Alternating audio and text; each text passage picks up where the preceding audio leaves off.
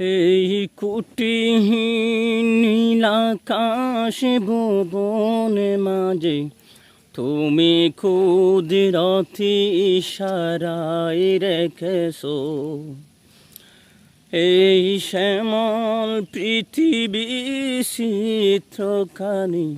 তুমি নিপন তোমার হাতে এঁকেছো ও গো আল্লাহ শুকর তোমার আমারে যে মুসলিম করেছো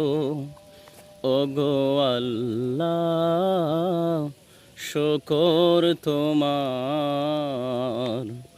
আমারে যে মুসলিম করেছো ও গো আল্লাহ শুকর তোমার আমারে যে মুসলিম করেছো।